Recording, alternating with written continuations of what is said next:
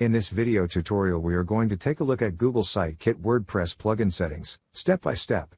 So let's get started. So from your WordPress dashboard, go to Sitekit and select Settings from here. So this is Sitekit settings page. Here we have connected services, then connect more services and admin settings. Now go to connected services. Here we have Search Console, which is already connected. Then go to connect more services. Here we have AdSense, Analytics, PageSpeed Insights, and Tag Manager. Then go to admin settings. Here it says, it is connected.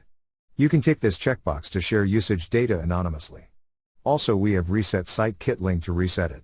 So this is all about Google Sitekit WordPress plugin settings. Thank you for watching.